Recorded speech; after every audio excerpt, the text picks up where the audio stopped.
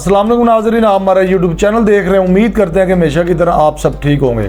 तो सबसे पहले नाज़रीन के लाहौर के अंदर एक पंजाब कॉलेज के कैंपस में एक बहुत बड़ा एक अफसोसनाक वाक़या पेश आया है।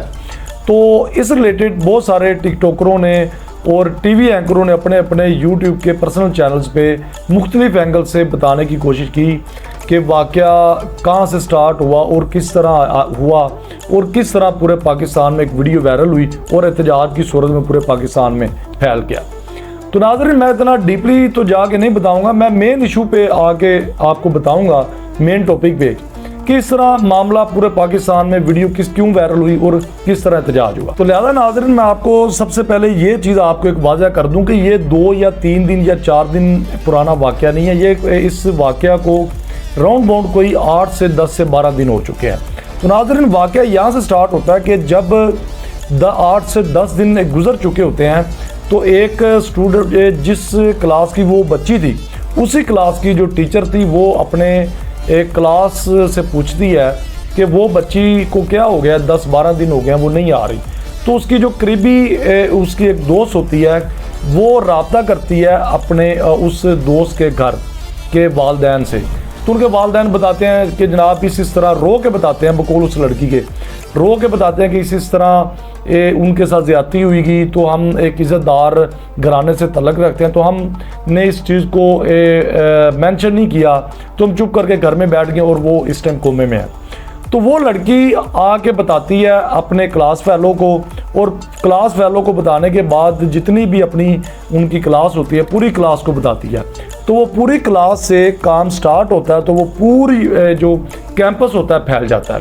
तो पूरे कैंपस में से जो उनके मेन जो लीड करते हैं कुछ 10 से 12 या 15 स्टूडेंट होते हैं मेन वो जाते हैं, जो सीनियर स्टूडेंट होते हैं वो अपने वाइस चांसलर साहब के पास जाते हैं, या जो भी मेन उनका कैंपस का बंदा होता है उनके पास वो जाते हैं। तो उनको कहते हैं जी कि ये काम हो चुका है, तो इस काम पुलिस को आप बुलाएं और जो एक कानूनी कार्रवाई बनती है इसके ख़िलाफ़ एक्शन लिया जाए।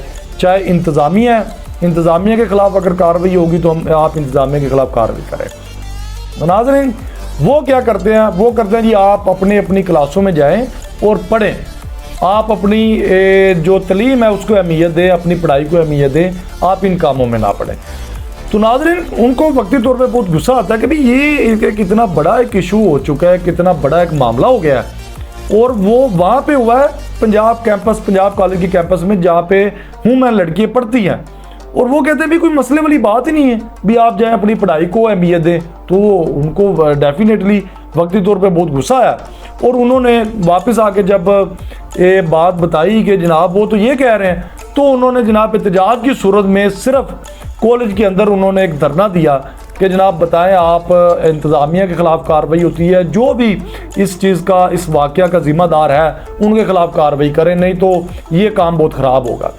तो वो क्या करते हैं जी, जब एहतजाज होता है तो एहतजाज बढ़ता पंजाब कॉलेज के बाहर आ जाती हैं लड़कियाँ वुमेन, तो वो आके रोड को ब्लॉक कर देती हैं।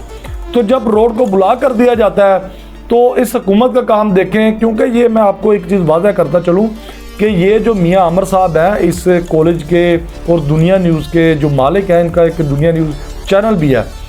तो ये हुकूमत के साथ इनके बहुत एक अच्छे तल्लुकात हैं, राब्ते हैं, बहुत वाज़ेह पूरे पाकिस्तान को पता है।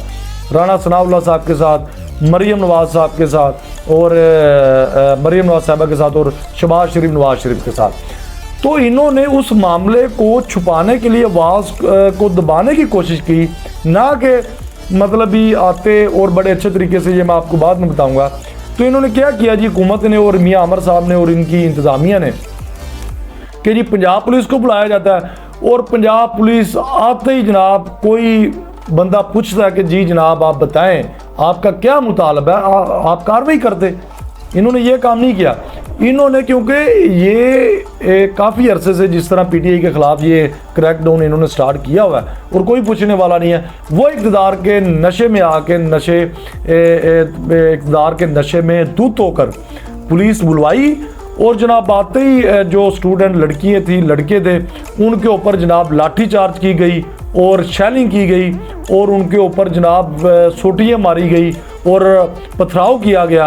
और उनको पकड़ा गया और पकड़ के उनको जेल में डाल के जुडिशल कर दिया गया और एफआईआर दी गई और पर्चे दिए गए कि आए आप रोड ब्लॉक के करके दिखाएं, हम आपको देखते हैं कि रोड ब्लॉक कैसे करते हैं। तो लिहाजा नाज़रीन, ये सारा बताने का मेरा मकसद ये है कि ये कोई बैकवर्ड इलाका नहीं था, कोई रहीम यार खां नहीं था, कोई डीजी खां नहीं था, कोई सिंध का इलाका नहीं था, अफगानिस्तान या कोई बलूचिस्तान नहीं था।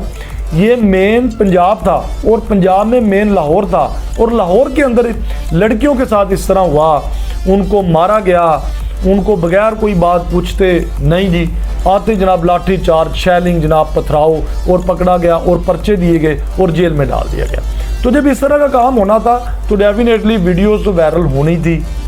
मेन लाहौर था, पंजाब के अंदर ये काम हुआ और पंजाब पुलिस ने किया तो वीडियो वायरल होनी थी और एहतजाज की सूरत में पूरे पंजाब में फैल गया। तो नाज़रीन, असल बात यह है कि इस तरह ये सारा ड्रामा करने की ज़रूरत क्या थी। ये जो भी पंजाब पुलिस ने या इस हुकूमत ने किया, ये सारा जो ड्रामा हुआ, ये ड्रामा करने की क्या ज़रूरत थी? कोई ज़रूरत नहीं, कोई भी किसी किस्म की भी ज़रूरत नहीं थी।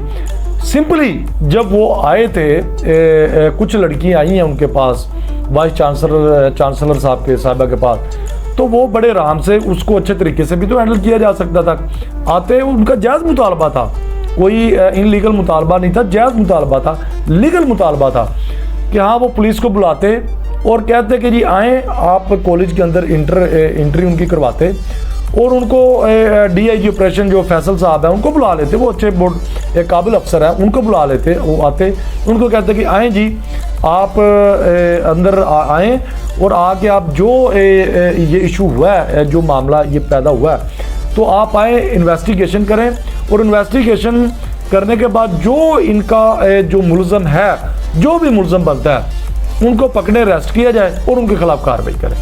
तो क्या था, कोई एहतजाज नहीं होना था, कोई रोड ब्लॉक नहीं होना था, कोई लाठी चार्ज नहीं होनी थी, कोई शैलिंग नहीं होनी थी, कोई मुज़ामत नहीं होनी थी, कोई जो उन्होंने कॉलेज के कैंपस के गेट तोड़े, कोई कुछ भी नहीं होना था।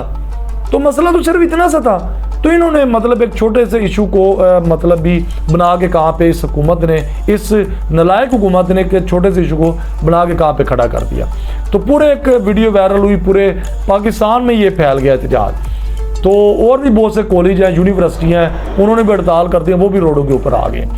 तो इनको बताना मेरा मकसद ये था कि ये एक बड़े अच्छे तरीके से भी हैंडल किया जा सकता था और वो अपने लीगल एक रास्ते में थे, एक लीगल उनका पॉइंट था, मौक़िफ़ था, मुतालबा था, तो कोई मसले वाली बात नहीं थी। लेकिन इन्होंने, इस हुकूमत ने, क्योंकि इनके साथ बड़े अच्छे तल्लुकात हैं, इसका मतलब यही बनता कि कोई ना कोई तो इशू था, इसके पीछे कोई ना कोई तो ऐसा हाथ था या बंदा था जिसने ये ज़्यादती की, जिसने ये गलत काम किया और उसके बाद उनके घर वालों को उनकी आवाज़ दबा दी गई, उनको डराया गया, उनको धमकाया गया।